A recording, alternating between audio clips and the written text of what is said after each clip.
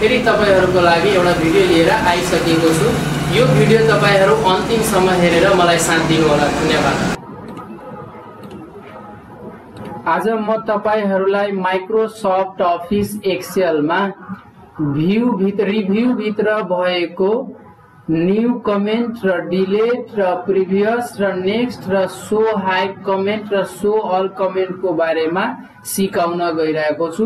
तपाईसँग Microsoft office word मा data छ, तर त्यो डाटामा कमेन्ट एड गर्न चाहनुहुन्छ भने त्यसको लागि कुनै ठाउँमा यो अब जसरी यो यसमाथि कमेन्ट गर्न चाहनुहुन्छ भने र श्यामको नेपालीमा 60 मार्क छ भने यसमा कमेन्ट एड गर्न चाहनुहुन्छ भने यसमाथि क्लिक गर्ने र न्यू कमेन्ट भन्ने अप्सनमा जाने र यहाँ भने यहाँ तपाईले गर्ने दिस नम्बर इज भनेको 60 छ, दिस नम्बर इज भनेको 80 यहाँ आउनु पर्छ।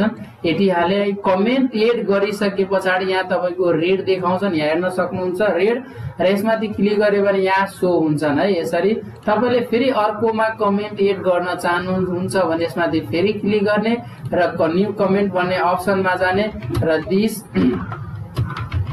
दिस नेम इज भनेको दिस नेम इज हरि, यहाँ हरि हाल्नु पर्छ, सीताको ठाउँमा हरि हुनु पर्छ भनेको यसमाथि कमेन्ट एड गर्ने र अर्को कमेन्ट हाल्न चाहनुहुन्छ भने यसमाथि क्लिक गर्ने र फेरि न्यू कमेन्ट भन्ने अप्सनमा जाने र यहाँ भेरी गुड हाल्दिनु है। के गर्ने भेरी गुड र त्यसैगरी यहाँ कमेन्ट हाल्न चाहनुहुन्छ भने यसमाथि क्लिक गर्ने र कमेन्ट भन्ने अप्सनमा जाने र यहाँ गुड हाल्दिनुस् र त्यसैगरी कमेन्ट यहाँ एड गर्न चाहनुहुन्छ भने फेरि न्यू कमेन्ट भन्ने अप्सनमा जाने र यहाँ तपाईले जे आफ्नो मनले कमेन्ट हाल्दिनुस् है। यसरी तपाईले के गर्न छ फेरि कमेन्ट हाल्न चाहनुहुन्छ यसमाथि क्लिक गर्ने र कमेन्ट भन्ने अप्सनमा जाने कमेन्ट गर्न सक्नुहुन्छ है। यसैगरी यदि यो कमेन्टलाई डिलिट गर्न चाहनुहुन्छ भने यसको लागि तपाईले यसमाथि क्लिक गर्ने र फेरि भनेको यहाँबाट तपाईले एडिट पनि गर्न सक्नुहुन्छ है। र त्यसरी एडिट गर्न चाहनुहुन्छ भने एडिट यहाँबाट तपाईले यसमाथि क्लिक गर्ने र एडिट कमेन्ट भन्ने अप्सनमा गएर तपाईले मजाले एडिट गर्न सक्नुहुन्छ। र यदि यो कमेन्टलाई डिलिट गर्न चाहनुहुन्छ भने यसमाथि क्लिक गर्ने र डिलिट भन्ने अप्सनमा जाने र यहाँबाट तपाई हेर्न सक्नुहुन्छ डिलिट भइसकेको छ। र त्यसैगरी अब यहाँ पनि तपाईले कमेन्ट डिलिट गर्न चाहनुहुन्छ यसमाथि क्लिक गर्ने र के गर्ने यहाँबाट तपाईले डिलिट गर्न सक्नुहुन्छ। यहाँबाट तपाई हेर्न सक्नुहुन्छ डिलिट भइसकेको छ।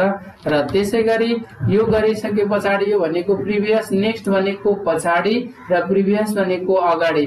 अहिले हाम्रो यहाँ छन्, तर अर्को कमेन्टमा मलाई जानु छ भने नेक्स्ट कमेन्टमा क्लिक गर्नु, अर्को कमेन्टमा छ, फेरि नेक्स्ट गर्नु छ भने अर्को कमेन्टमा आएको छ, फेरि नेक्स्ट गर्यो भने यहाँ के हुन्छन् अर्को कमेन्टमा। त्यसरी भनेको फेरि नेक्स्ट गर्न चाहनुहुन्छ भने अर्को कमेन्टमा गएको छन्।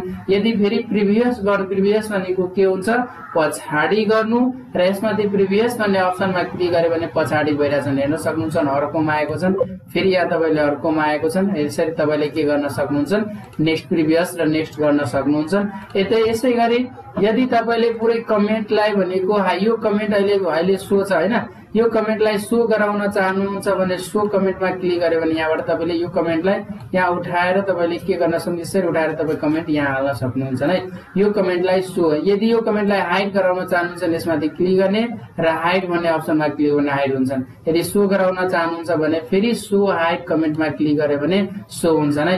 यसरी भनेको सबै कमेन्टलाई एकैचोटी शो गराउन चाहनुहुन्छ भने अल यहाँ शो अल कमेन्ट क्लिक गर्ने सबै कमेन्ट यहाँ शो भएको छन्। र यसैगरी तपाईहरुले के गर्न सक्नुहुन्छ कमेन्ट जुनसुकै साइडमा हाल्न, यसरी साइडहरुमा हाल्न सक्नुहुन्छ। जहाँ तपाईलाई हाल्नु मन छ त्यो कमेन्टलाई त्यहाँ तान्न सक्छन् है। यसरी यहाँ भनेको यहाँबाट तपाईले यो कमेन्टलाई तान्न सक्नुहुन्छ भने यो कमेन्टलाई पनि के गर्न सक्नुहुन्छ यसरी तान्न सक्नुहुन्छ। सबै कमेन्ट एकैचोटी शो भएको छन्।